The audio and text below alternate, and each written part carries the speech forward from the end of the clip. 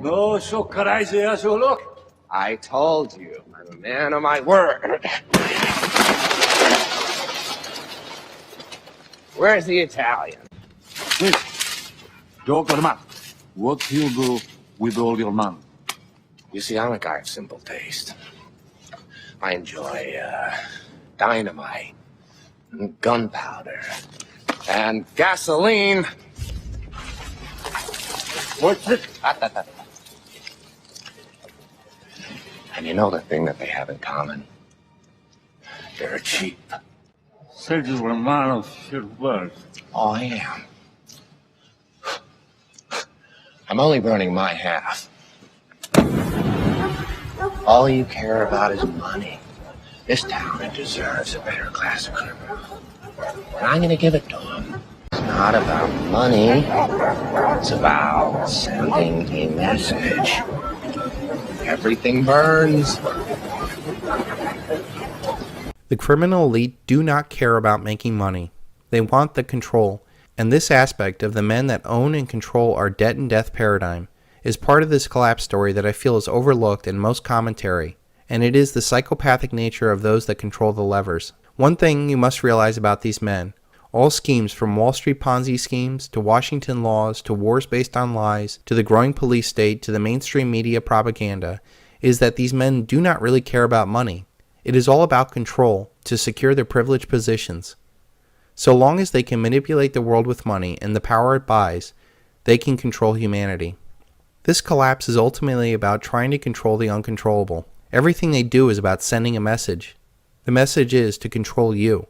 You have heard the term "don't fight the Fed," because they control the market, and they can make markets irrational longer than you can stay liquid. The men that own and control this debt and death paradigm will literally burn the world down if they cannot control it. Here is an historical example of what I'm talking about.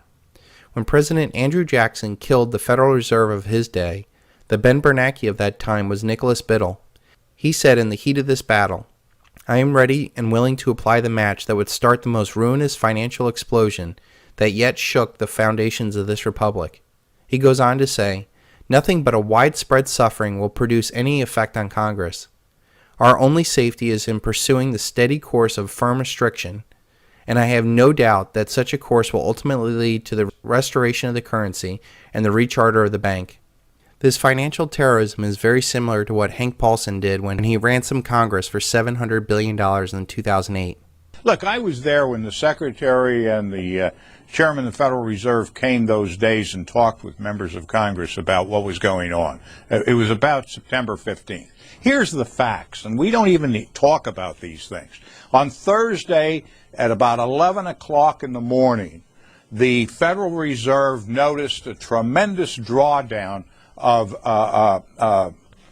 money market accounts in the United States to the tune of $550 billion was being drawn out in a matter of an hour or two. The Treasury opened up its window to help. They pumped $105 billion in the system and quickly realized that they could not stem the tide. We were having an electronic run on the banks. They decided to close the operation, close down the money accounts, and announce a guarantee of $250,000 per account so there wouldn't be further panic out there. And that's what actually happened. If they had not done that, their estimation was that by 2 o'clock that afternoon, $5.5 trillion would have been drawn out of the money market system of the United States, would have collapsed the entire economy of the United States, and within 24 hours the world economy would have collapsed. The only way they can pass this bill is by creating and sustaining a panic atmosphere. That atmosphere is not justified. Many of us were told in private conversations that if we voted against this bill on Monday, that the sky would fall, the market would drop 2,000 or 3,000 points the first day, another couple thousand the second day, and a few members were even told that there would be martial law in America if we voted no. That's what I call fear-mongering. Unjustified. Proven wrong. We've got a week, we've got 2 weeks to write a good bill. The only way to pass a bad bill keep the panic pressure on.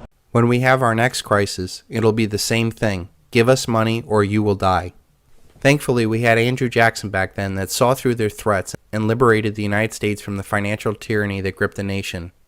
His response to Nicholas Biddle and the bankers was, "Gentlemen, I've been watching you for a long time, and I am convinced that you used the funds to speculate on the breadstuffs of the country. When you won, you divided profits amongst yourself. When you lost, you charged it to the bank. You tell me that if I take the deposits from the bank and annul its charter, I shall ruin tens of thousands of families. That may be true, gentlemen, but that is your sin. Should I let you go on, you would ruin 50,000 families, and that would be my sin. You are a den of vipers, and I intend to rout you out. By eternal God, I will rout you out." Andrew Jackson. While it is tempting to wish for a powerfully strong leader like Andrew Jackson to rise to power and end the Fed, the current reality makes that a complete impossibility, as the systemic corruption has reached a point that will never happen. The only chance for this to happen will arise out of the ashes of a collapsed society. Unfortunately, we do not know the outcome of that collapsed society, as it might give rise to a new tyranny or a new constitutional republic. The silver bullet and the silver shield shows that we can have a real effect on our own lives by becoming our own Andrew Jacksons and depriving the banking beast of not only our money, but our time and talent. We can become our own central banks and empower ourselves so that we can eventually become a blessing onto others with the ultimate exit strategy.